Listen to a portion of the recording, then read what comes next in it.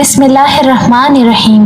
अस्सलाम वालेकुम। हमारे चैनल उर्दू कहानी प्लस में खुशामदीद। आपसे गुजारिश है, अगर आप हमारे चैनल पर न्यू हैं तो हमारे चैनल को सब्सक्राइब करके बेल नोटिफिकेशन को ऑन कर लीजिए ताकि आपको हमारी वीडियोस मिले सबसे पहले।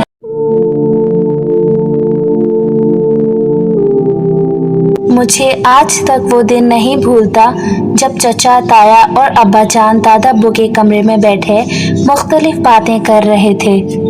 वो गमज़दा भी थे, पर गम से ज़्यादा शायद उन्हें उस बात की फिक्र थी कि बूढ़ा तो मर गया है, हमारे लिए क्या छोड़ कर गया। अब्बू सब बहुत खामोश और गुस्से में लग रहे थे। मैंने देखा अब्बू चचा और ताया के साथ काफी खाइफ लग रहे थे। फिर चचा और ताया उठकर चले गए। अब्बू ने अपने कमरे का दरवाजा बंद किया और अपने बेटों यानी मेरे भाइयों को अपने पास बुलाया। अल्लाह जाने कि अब्बू ने भाइयों से क्या बात की कि भाई इस तरह बिफर गए जैसे कि जंगली शेर होते हैं। पर अब्बा के अदब और एहतराम की वजह से ज्यादा बात नहीं कर सकते थे, खामोश ही रहे। लेकिन मैंने वो एक बात बहुत ज्यादा महसूस की थी कि जब से अब्बा ने कमरे में बंद करके भाइयों को कोई बात कही थी, भाइयों का रवैया बदल ही गया था। एक भाई सीधा घर से निकल ही गया। ये तकरीबन सुबह 4 बजे का वक्त था जब हमारे घर में ये वाकया हुआ था। दादा अब्बू का जनाजा सहन में पड़ा था और मेरे भाइयों के चेहरे लटके हुए थे। अब्बा चचा सब लोग मिलकर दादा अब्बा को दफनाने शाम के तकरीबन 4 बजे कब्रिस्तान में गए तो घर जैसे हौलनाक सी खामोशी में डूब गया। मुझे लग रहा था मैं किसी वीराने या कब्रिस्तान में आ गई हूँ। मेरे भाई ही इस घर की रौनक थे। मैं तो उनकी इकलौती बहन थी, इसलिए वो मुझसे बहुत ज्यादा मोहब्बत करते थे। मेरे भाई मुझ पर जान छिड़कते थे। मैं जो भी बात कहती उसे पूरा भी करते थे। मेरे भाई गैरतमंद भी बला के थे। मैं किसी से बात कर लेती या कोई मुझसे बात कर लेता तो उस बेचारे की शामत आ जाती। इसलिए मैं भाइयों को हमेशा यही तासुर देती कि मैं किसी लड़के में कोई दिलचस्पी नहीं रखती। मेरे भाइयों ने अम्मा से कह दिया था कि हम रानी की शादी धूमधाम से करेंगे। हमारी एक ही बहन है और उसकी शादी में पूरे गांव को बुलाएंगे। मगर मैं क्या जानती थी कि मेरे नसीब में क्या लिखा है। उन दिनों हमारे भाइयों का रवैया बदल सा गया था, जिसकी मैंने कभी शिकायत नहीं की थी। एक दिन मैं शाम के वक्त अपने कमरे से बाहर आई तो देखा मेरे तीनों भाई सहन में मौजूद चौबारे पर बैठे हुए हैं और कोई बातचीत कर रहे हैं। मैंने रुककर देखा, वो मेरा नाम भी ले रहे थे। मैं चौंक गई कि भाई इतनी खुफिया तरीके से मेरा जिक्र क्यों कर रहे हैं। मैं जैसे ही सामने आई तो भाई इस तरह चौकन्ने हो गए जैसे उन्हें कोई सांप सूंघ गया हो। आप लोग मेरे बारे में बात कर रहे थे ना? मैं हंसती हुई ऊपर आई, मगर भाइयों ने मुझे एक नजर भी मोहब्बत से नहीं देखा, बल्कि उनके चेहरे गुस्से से भरे हुए थे। लगता था जैसे अब उनमें मेरे लिए पहले जैसी मोहब्बत नहीं रही। मैंने उनको देखकर बहुत बार मुस्कुराने की कोशिश भी की, पर उन तीनों के रवैये इस तरह अजनबियों वाले थे कि मैं शर्मिंदा होकर वहां से वापस अपने कमरे में आ गई। अम्मा ने जो मुझे नाराज देखा तो बोली, क्या हुआ बेटी, क्या तुम्हारे भाइयों ने तुम्हें कुछ कहा है? मैंने कहा, नहीं अम्मा, वो बात कर रहे थे मेरे बारे में। मगर जैसे ही मैं पास गई तो उन्होंने बात खत्म कर दी। ये सुनकर अम्मा भी सोच में पड़ गई। कहने लगी, बेटी तुम्हारे भाई कहाँ बैठे हैं? मैंने उन्हें चौबारे का बताया। खुद अंदर कमरे में चली गई। मुझे नहीं पता कि उसके बाद क्या हुआ। रात को अम्मा मेरे कमरे में आई तो वो बहुत परेशान थी। उन्हें देखकर ऐसा लग रहा था जैसे वो किसी बहुत बड़ी फिक्र में मुब्तला हो। मैंने कहा, अम्मा क्या हुआ? कहने लगी कि तुम्हारे अब्बा की तबीयत बहुत खराब है। ऐसा लगता है कि वो हमारे दरमियान बस अब चंद दिन ही रहेंगे। मैंने कहा, अम्मा खुदा का खौफ करें, आप ये कैसी बातें कर रही हैं? अम्मा बोली, बेटी मैं बिल्कुल सही कह रही हूँ। तुम्हारे अब्बा बीमार हैं। उनको देखकर ऐसा लगता है जैसे वो इस दुनिया में बस वसीयत करने आए हों। अभी सुबह तो उनकी तबीयत बिल्कुल ठीक थी, फिर न जाने क्या हुआ। ہاتھ کانپ رہے ہیں اور گھبراہٹ ہو رہی ہے۔ میں فوراً ابا کے پاس گئی۔ ابا نے مجھے اپنے سینے سے لگاتے ہوئے کہا، بیٹیاں ہی تو اپنے باپ کا اصل اثاثہ ہوتی ہیں۔ قدرت کا نظام دیکھو بیٹی، ہم اتنی طاقت میں اضافہ کرنے کے لیے اپنے بیٹوں کو بیٹیوں پر ترجیح دیتے ہیں، پر یہ بیٹے ہی ہوتے ہیں جو ہمیں آخری عمر میں بے بس کر دیتے ہیں۔ ابا کی آواز ڈوب رہی تھی۔ مجھے لگا جیسے ابا مجھ سے بہت کچھ کہنا چاہتے ہوں، پر مجھے کم عمر سمجھ کر یا بھولا جان کر وہ مجھ سے زیادہ بات کر نہیں رہے تھے۔ بار بار یہی کہتے کہ بیٹی ابھی تم کم عمر ہو، میں تمہیں کیا زندگی کی حقیقت بتاؤں؟ مجھے بس تم سے تمہارے نصیب سے ڈر لگ رہا ہے۔ بیٹی اللہ کرے کہ میرے بعد تمہارے نصیب پر کوئی آنچ نہ آئے۔ میرے ابا یہ کہتے ہوئے رو دیے۔ میں ان کے سینے سے لگ گئی۔ ابا واقعی آج بہت پریشان لگ رہے تھے۔ بھائی بھی ابا کے پاس نہیں تھے۔ اس بات کا احساس مجھے ہو رہا تھا۔ پھر ابا نے کہا کہ بیٹی میں کل ہی تمہاری منگنی طے کر دوں گا۔ چاہتا ہوں کہ جلد از جلد تمہاری شادی ہو جائے۔ میں نے کہا، ابا اتنی بھی کیا جلدی ہے؟ میں پڑھنا چاہتی ہوں۔ بچپن سے لے کر ابھی تک میں نے پڑھائی پر دھیان نہیں دیا۔ پرائمری کے بعد تو میں نے اپنے اسکول کی شکل بھی نہیں دیکھی۔ میری بات پر ابا خاموش ہو گئے اور بولے، بیٹی ابھی تمہاری شادی کرنا بہت ضروری ہے۔ تم سمجھ نہیں سکتی، بس باتیں ہوتی ہیں جو بیٹیوں کو بتائی نہیں جاتی۔ لیکن میری جان، ابھی ہمیں شادی کے لیے تو کوئی نہ کوئی انتظام کرنا ہی پڑے گا۔ ابا ابھی یہ باتیں ہی کر رہے تھے کہ کمرے میں میرے دو بھائی داخل ہو گئے۔ انہوں نے مجھے دیکھا اور کمرے سے جانے کا اشارہ کیا۔ میں کمرے سے باہر نکل آئی، بالکل ایسے جیسے کوئی غیر انسان کسی دوسرے کی عیادت کے لیے آیا ہو۔ میں تو ابا کی اپنی بیٹی تھی۔ آخر اب بھائی میرے سامنے ابا سے بات بھی نہیں کر رہے تھے۔ یہ کیا بات ہوئی؟ یہ سوچ سوچ کر مجھے بہت برا لگ رہا تھا۔ میں نے خاموشی اختیار تو کر لی تھی، پر مجھے اس بات کی حقیقت جاننا تھی، جو جاننے میں مجھے زیادہ وقت نہیں لگا، کیونکہ میرے سامنے قدرت نے حقیقت بہت جلدی کھول کر رکھ دی تھی۔ ابا اگلے ہی دن میری منگنی کا اعلان کرنے سے پہلے اس دنیا سے رخصت ہو گئے تھے۔ ابا کی آنکھیں سفید کیا ہوئیں، بھائیوں نے تو جیسے آسمان سر پر اٹھا لیا۔ اماں کے پاس آئے اور بولے، اب ہمیں اپنی بہن کی حفاظت پہلے سے زیادہ کرنا ہوگی۔ تمہاری بیٹی اب یتیم ہے اور تم بیوہ ہو، اسی لیے اب ہماری کسی بات پر کوئی اعتراض نہیں کرنا۔ اب ہم پر ہماری بہن کی ذمہ داری بھی ہے۔ ہم اسے نہیں سنبھالیں گے تو زمانے کی بری نظروں میں آ جائے گی۔ مجھے اپنا آپ اس دن کسی تپتے صحرا میں بے سہارا سا محسوس ہوا، پر میں خاموش رہی۔ اب ابا تو تھے نہیں جو پہلے کی طرح لاڈ پیار کرتے، پر بھائیوں کا رویہ میرے ساتھ کیوں بدلا تھا؟ یہ بات میری سمجھ سے باہر تھی۔ پھر اچانک ایک دن بھائی کا رویہ بارش کے موسم کی طرح صاف ہو گیا۔ بھائی مجھ سے کہنے لگا، چلو آج میں تمہیں بہت خوب تحفہ دوں گا۔ میں نے کہا، بھائی تم مجھے کیا تحفہ دو گے؟ ابا کی وفات کو تھوڑے ہی دن ہوئے ہیں۔ بولا کہ میں تمہیں ایسا تحفہ دوں گا کہ تمہاری زندگی بن جائے گی۔ ہاں، لیکن تمہیں اس کے لیے رات کا انتظار کرنا ہوگا۔ اماں سے کہہ دو کہ تم کسی سہیلی کے گھر جاؤ گی۔ مجھے بھائی پر حیرت ہوئی کہ اگر وہ مجھے کہیں لے کر جانا ہی چاہتے ہیں تو اماں سے کیوں چھپا رہے ہیں؟ میں نے کہا، بھائی اماں کے تو علم میں لانا ہوگا کہ میں آپ کے ساتھ جا رہی ہوں۔ سہیلی کا کہہ کر نہیں جاؤں گی۔ دل میں میرے یہ بھی خدشہ تھا کہ کہیں میرا بھائی مجھے کہیں اور لے جا کر اماں کو یہ نہ کہہ دے کہ یہ خود گئی تھی۔ لیکن بھائی نے مجھ سے کہا کہ کیا تمہیں مجھ پر یقین نہیں ہے؟ اگر تم نے یہ کہا کہ تم میرے ساتھ جا رہی ہو تو خواہ مخواہ اماں کوئی امید لگا لیں گی۔ تم کہنا کہ سہیلی کے ساتھ جا رہی ہوں۔ ارے پگلی، تمہیں تحفہ بھی تو ایسا ہی دوں گا کہ تم اماں کو بھی دکھاؤ گی تو وہ خوش ہو جائیں گی۔ میں چاہتا ہوں کہ ہم اماں کو اچانک خوشخبری دیں۔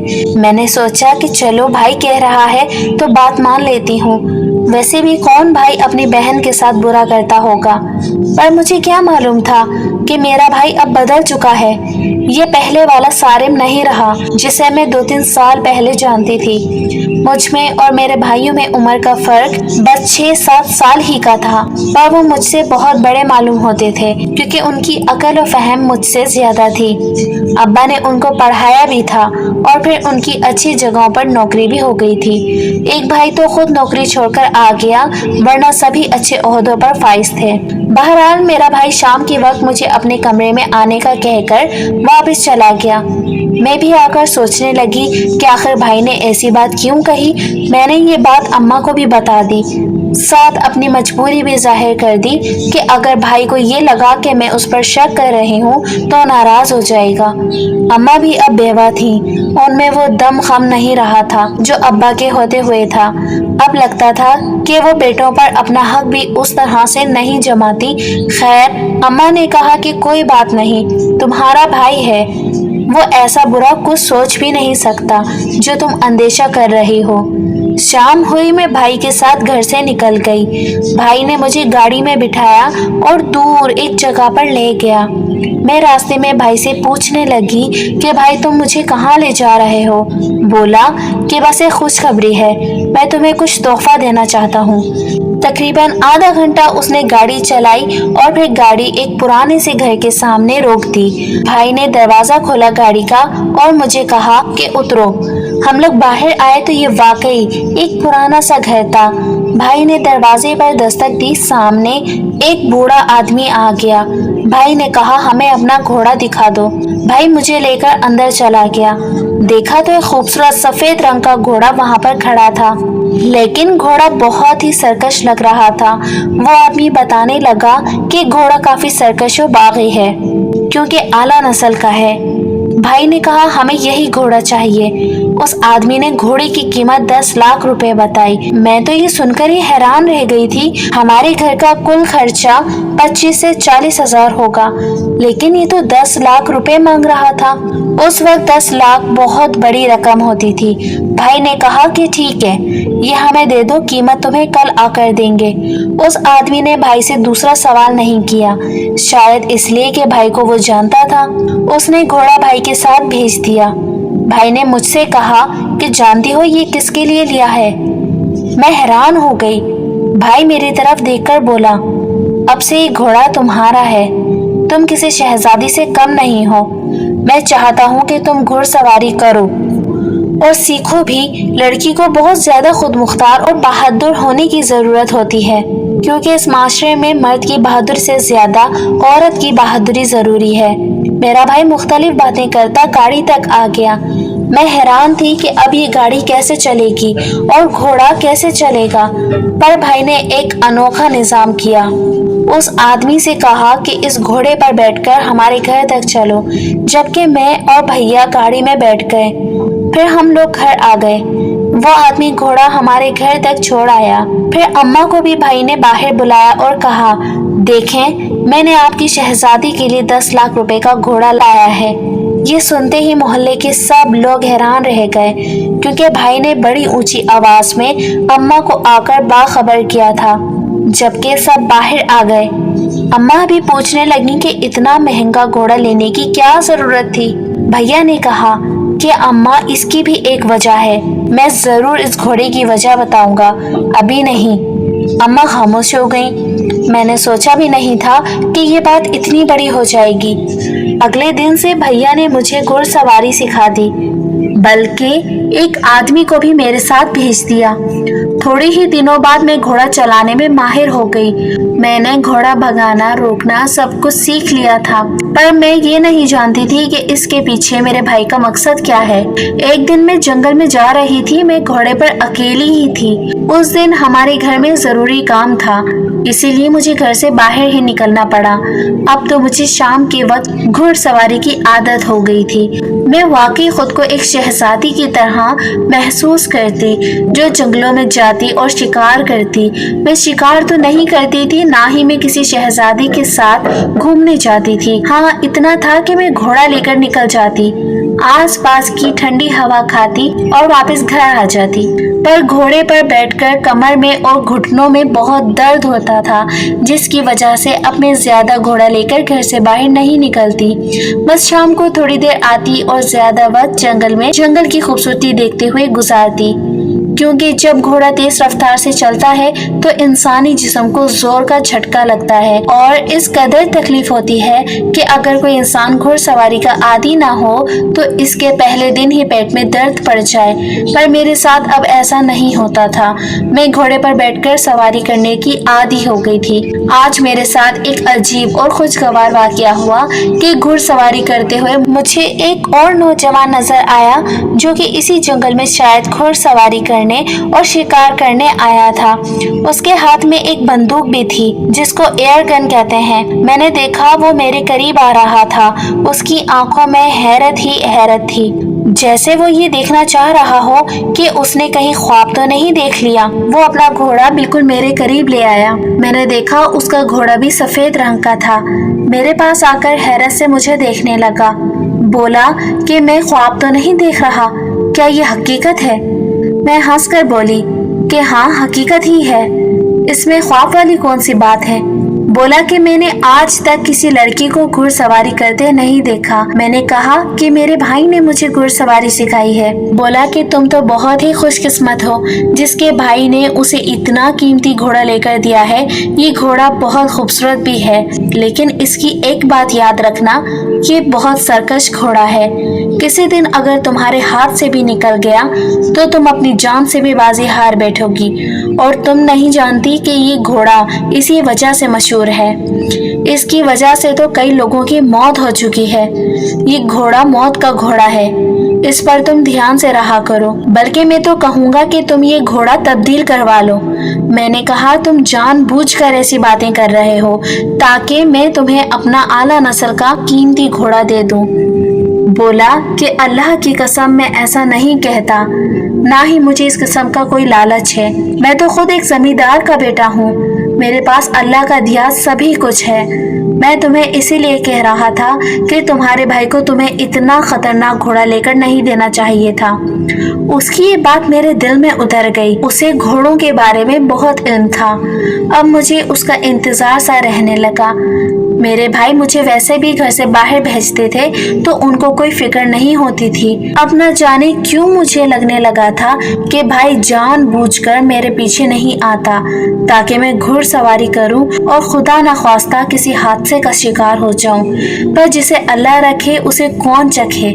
कुछ दिन गुजरे तो मेरे दिल में उस नौजवान की मोहब्बत घर करने लगी, पर इससे पहले ही मेरे भाइयों ने एक अजीब फैसला कर दिया जिसने मेरी जिंदगी को अजीरन कर दिया। उस दिन शाम के वक्त जो मैंने अम्मा को ये बात बताई कि मुझे घुड़सवार पसंद है और है भी किसी जमींदार का बेटा, अम्मा कहने लगी कि मैं तुम्हारे भाइयों से तुम्हारी शादी की बात करूंगी। लेकिन अम्मा ने जब बात की तो अगले दिन वो हुआ जो किसी ने सोचा नहीं था। मेरी शादी का सुनकर भाई सब गुस्से में आ गए। कहने लगे कि हाँ, हम अपनी इकलौती बहन की शादी जरूर करेंगे, पर इसके लिए हम अपनी मर्जी का दूल्हा लाएंगे। मैं हैरान थी कि मेरे भाई मेरी शादी के लिए इतनी जल्दी मान कैसे गए, क्योंकि अब्बा ने मेरे नाम पर काफी जायदाद कर रखी थी। ये बात मुझे मेरी अम्मा ने ही बताई थी कि तुम्हारे भाइयों को तुम्हारी शादी के वक्त मसला होगा, क्योंकि तुम्हारे बाप ने तुम्हारे नाम काफी जायदाद छोड़ी है। जब दादा की वफात हुई थी, अब्बा को यही लगा कि चचा और ताया लोग फूफियों के साथ ज्यादती कर रहे हैं। उनको जायदाद का वो हिस्सा नहीं दिया गया जिसकी वो हकदार थी, बल्कि उनको सिरे से हिस्सा ही नहीं दिया गया। इसलिए अब्बा जान ने मरने से पहले ये वसीयत की थी कि मेरी बेटी को मेरी जायदाद से हिस्सा जरूर दिया जाए। पर खैर, अब्बा की यही वसीयत मेरे लिए मुसीबत बन गई थी। मेरे भाइयों ने अगले ही दिन पूरे गांव को जमा किया, सबसे कहा कि हमारी बहन की शादी है। मैं हैरान थी कि एक ही रात में मेरे भाइयों ने दुल्हा कहाँ से ढूंढ लिया। ना रिश्ता हुआ, ना मंगनी हुई, ना कोई बातचीत हुई कि यकदम मेरी शादी कर देंगे। मैं तो दिल ही दिल में रो रही थी। मैं अपने भाइयों को और वालदा को अपनी पसंद के बारे में बता भी नहीं सकती थी, क्योंकि इस इलाके की लड़कियां पसंद की शादी नहीं करती थी। उनको तो बस वालिदैन जिसके पल्ले बांध देते थे वो खामोश होकर उसी को अपना शौहर कबूल कर लेती थी। मैं सोच रही थी कि भाइयों ने मेरे लिए न जाने किस लड़के को चुना होगा। भाई मेरे लिए बुरा तो सोच नहीं सकते, लेकिन जब सुबह हुई भाइयों ने मुझे कहा कि तुम तैयार हो जाओ। मैं और अम्मा दोनों ही हैरान थे कि लड़का कहाँ है। भाइयों से ये बात पूछी भी, उन्होंने हमें खामोश करवा दिया। पूरा गांव जमा हुआ। भाई ने मेरे घोड़े को भी मैदान में लाकर खड़ा कर दिया और बोले, देखो लोगों, हर खानदान की कुछ रिवायत होती हैं, इसीलिए हमने अपनी रिवायत के मुताबिक अपनी बहन की शादी इस घोड़े से करनी है और ये घोड़ा ही हमारी बहन का शौहर होगा, क्योंकि ये हमने 10 लाख रुपए में खरीदा है। और आप तो जानते हैं हमारे खानदान में हमारी बहन का कोई हम पल्ला लड़का नहीं है। खानदान के बाहर बहन देना हम बेइज्जती समझते हैं, इसीलिए अपनी बहन को घोड़े के साथ ब्याहेंगे। और आपको तो ये भी मालूम होगा कि इससे पहले हमारी एक फूफो की शादी कुरान पाक से और उससे पहले एक औरत की शादी तलवार से की गई थी। ये सुनकर मेरे तो होश ही उड़ गए। मुझे अपने भाइयों की जहालत का अंदाजा नहीं था कि वो इतनी फरसुदा रसूमात को लेकर मेरी जिंदगी तबाह करने की कोशिश करेंगे। मैं इस वक्त बिल्कुल खामोश रही। मुझे इस बात की खुशी थी कि चलो मेरी शादी किसी इंसान के साथ नहीं हुई, वरना मैं माजिद से दोबारा कैसे राब्ता करती और कैसे उसके साथ जिंदगी बसाने का ख्वाब देखती।